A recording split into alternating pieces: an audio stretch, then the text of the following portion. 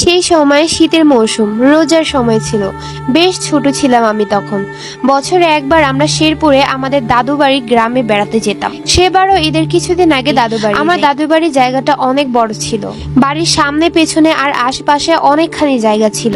আমি যে রুমটায় থাকতাম তার সামনে ছিল ধান ক্ষেত। ধান ক্ষেতের পাশে গ্রামের সরু একটা রাস্তা। আমরা যাওয়ার কিছুদিন আগে আমাদের বাড়ির দুই বাড়ির পেছনে একজন মেয়ে মারা গিয়েছিল। মেয়েটির মৃত্যু হয় বেশ ভয়ঙ্কর ভাবে। সেটা না হয় অন্যদিন আপনাদের সাথে শেয়ার করব। কিছু মানুষের মুখে শোনা যায় কিছু দেখেছে, সেই জায়গাটা গেলেই নাকি তারা কিছু না কিছু দেখতে পায়। সেদিন আমি গ্রামে গেলাম। সেদিনে দাদি আমাকে এবং আমার কাজিনদেরকে নিষেধ করে দিলেন যাতে আমরা ভুলেও ওই কবরস্থানের রাস্তা দিয়ে না যাই। কিন্তু আমার কাজিন ভূত দেখবার আসে যেত সেখানে। এমনই একদিন আমরা ঠিক করলাম আমরা সন্ধ্যায় সেখানে যাব। মাগরিবের আজানের পর আমরা খুব সাবধানে বের হয়ে যাই। কবরটা আমাদের বাড়ি থেকে বেশি দূরে ছিল না, 2 মিনিট লাগতো হেঁটে যেতে। এবং আমি যেই ঘরে ঘুমাতাম সেই ঘরের জানালা থেকে কবরটা পরিষ্কার দেখা যেত।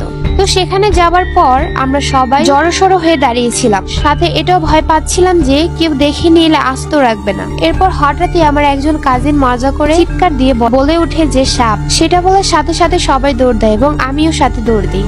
দৌড় দিতে গিয়ে আমি একটা গর্তে পা দিয়ে পড়ে যাই, কিন্তু কেউ টের পায়নি যে আমি পড়ে গিয়েছি। পড়ে যাবার পরে আমি উঠতে গিয়ে একবার পিছনে তাকাই। এরপর আমি ঠিক যা দেখি তারপর থেকে আমি আজ পর্যন্ত ওই কবরের সামনে যাইনি। আমি দেখলাম একটা ছায়া মূর্তি। সে পুরুষ নাকি নারী তা বোঝা যাচ্ছিল না, শুধু তার হাতটা ওপর করা। কাউকে দূর থেকে ডাকার জন্য যেভাবে হাত তুলি সেভাবে। ছায়া মূর্তিটা একটা গাছের নিচে দাঁড়িয়েছিল। সেদিন খুব সুন্দর চাঁদের আলো থাকায় খুব স্পষ্ট বোঝা যাচ্ছিল ছায়া মূর্তিটা আমাকেই ডাকছে। আমি এরপর কোনো মতো উঠে পেছনে না তাকিয়ে দৌড় দিই। এরপর ঘরে চলে আসি। ওই দিন রাতে ঘুমাতে যাওয়ার সময় বারবার সেই দৃশ্যটা আমার মনে পড়ছিল, আমার চোখের সামনে ভেসে উঠছিল। সবাই যখন রাতে সেহরি খাবার জন্য ওঠে আমি একটু দেরি